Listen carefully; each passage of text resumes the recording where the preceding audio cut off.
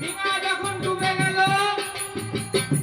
ওই চন্দ্রধর যখন জলের মধ্যে খাবি খাচ্ছে, তখন পিতা ভোলানাথ আমার বলল যে সন্তান বিপদে পড়েছে মা, সন্তানকে তুমি উদ্ধার করো।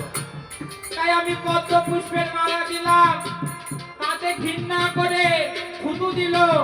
যখন দেবাদিদেব মহাদেবের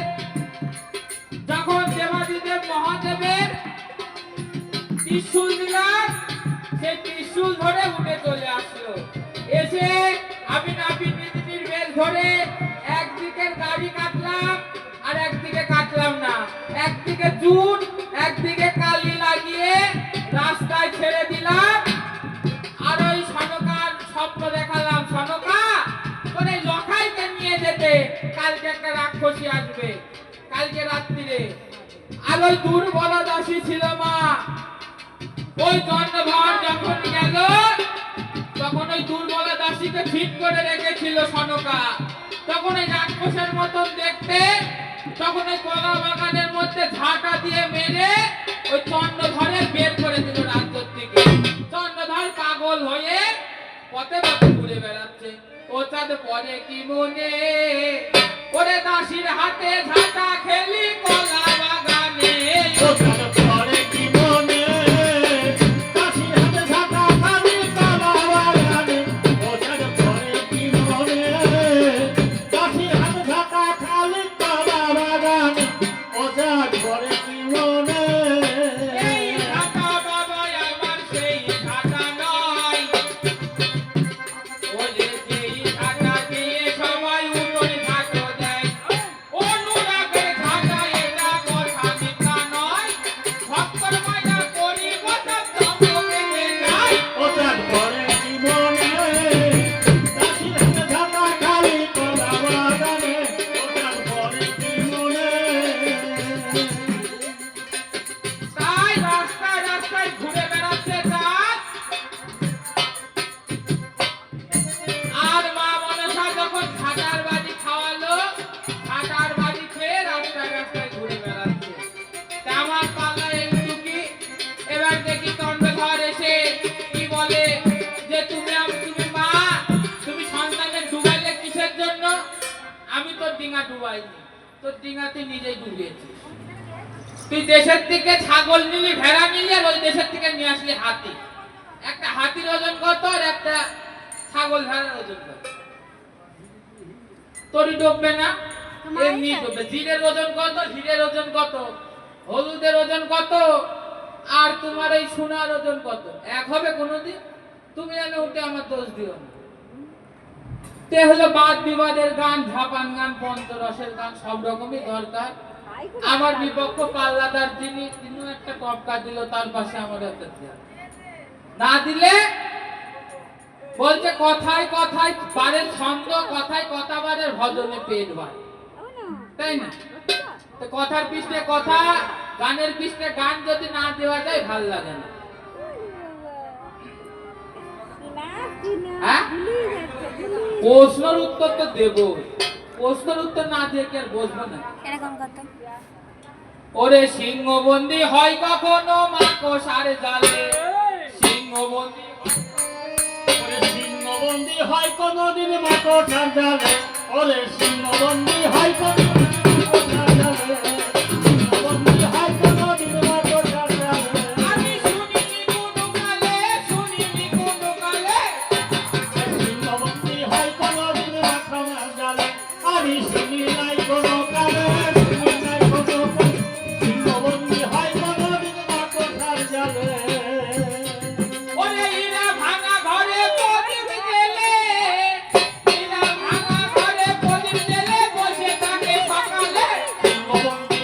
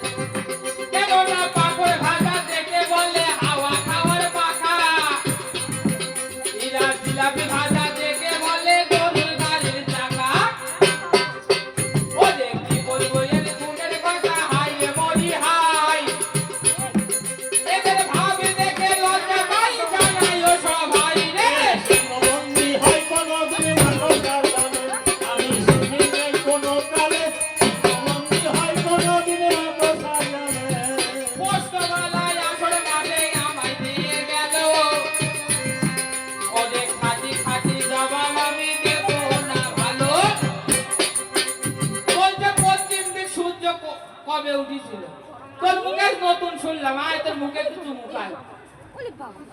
পশ্চিম দিক সূর্য ওঠে কোনোদিন?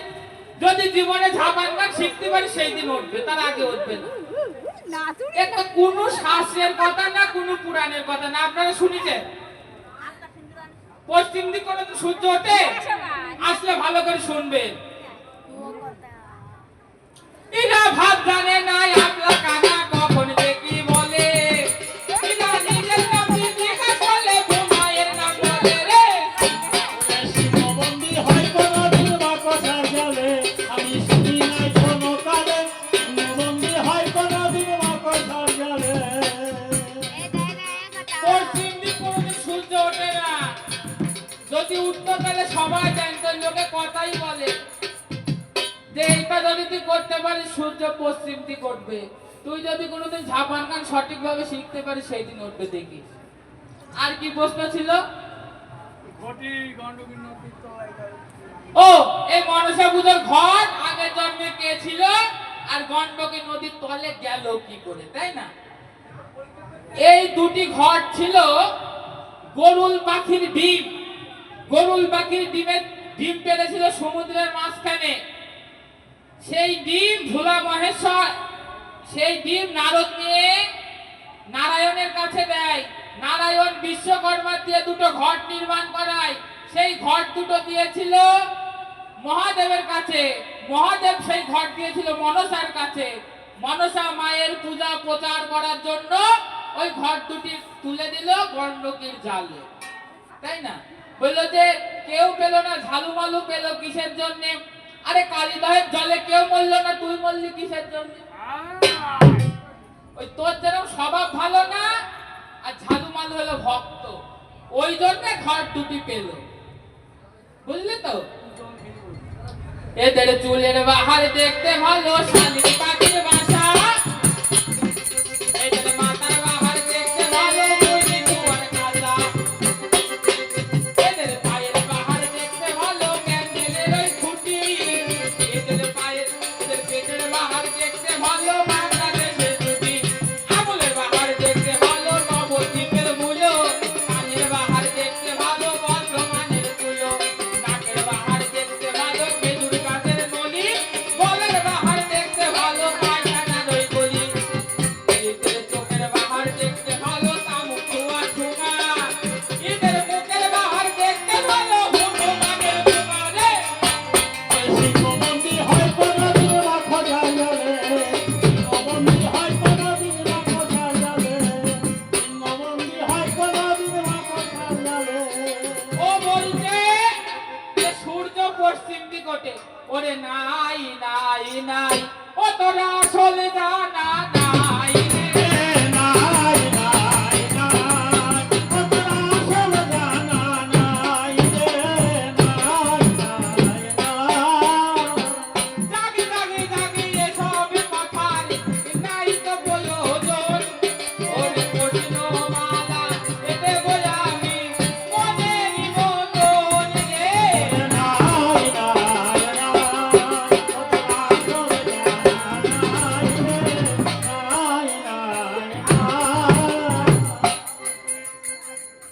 আচ্ছা, বললো আমি প্রশ্ন করেছিলাম, সেই প্রশ্নের উত্তর দিয়েছে, সেখানে আমি আর কোনো কথা বলবো না।